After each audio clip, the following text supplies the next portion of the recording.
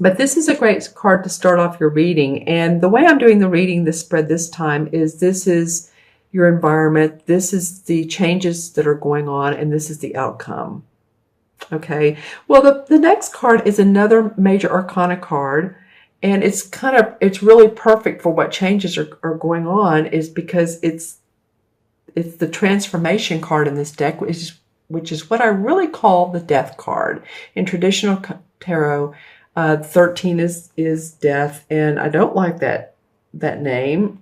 I like transformation better because it almost always indicates change in moving into the light, finding new meaning in life, a turning point in life, optimism, removal of obstructions, and creating positive changes. So when we let all fall away, our beliefs of what life is supposed to look like, and there's some deep meaning in this card. So I'm not trying to be overly, spiritual here. There really are some deep meaning, and I feel like some of you have transformed your life. I mean, Saturn has been in your first house for a bit, and Saturn will kick things up a notch. Saturn will definitely make you look yourself in the mirror.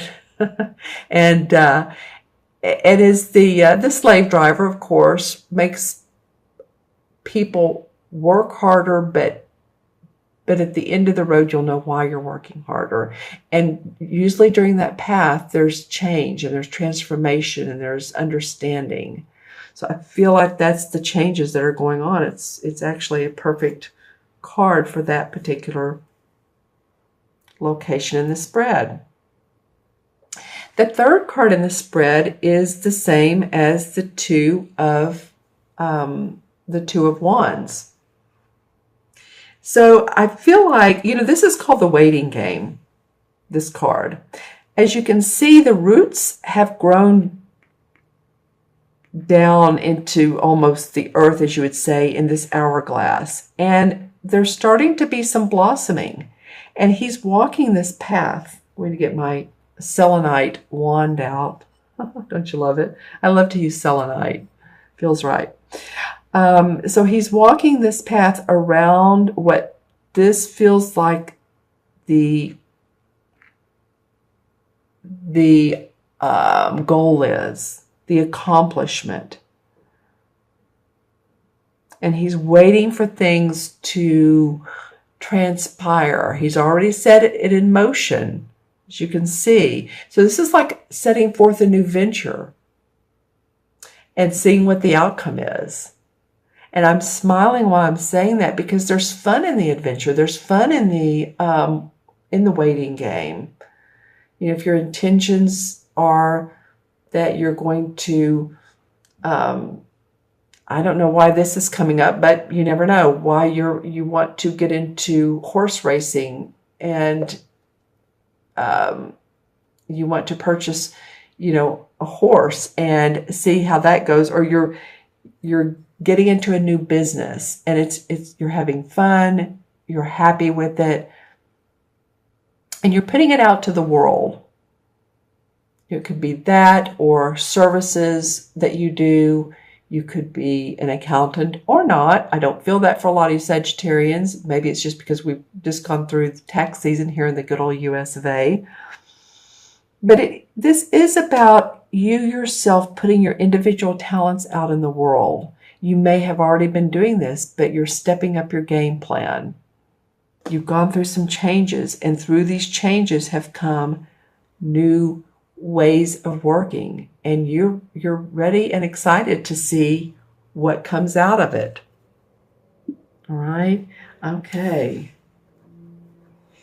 All right. I'm going to pull one of the chakra cards. And there's 7. As you know, from the base chakra to the sacral, which is our abdomen area, to the solar, which is our stomach area. And I'm shuffling as I'm talking. The 4th card, oops, that one's upside down. The fourth is our throat, or excuse me, our heart. The fifth, our throat. Sixth, the third eye. And the seventh is spiritual wisdom. So let's see what chakra can be important in your life. Either be balanced, the need to be balanced, or just important for this time period. This one wants to come out.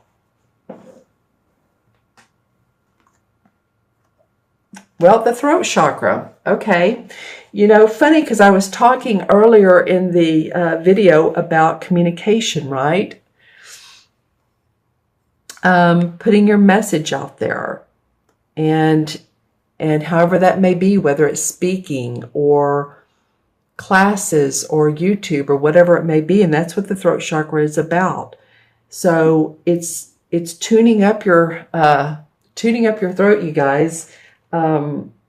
I also did say something about the throat earlier, didn't I? This is interesting. Something about, I was touching my throat and the need to either, you're getting over an illness and or amping up your communications. That's too funny.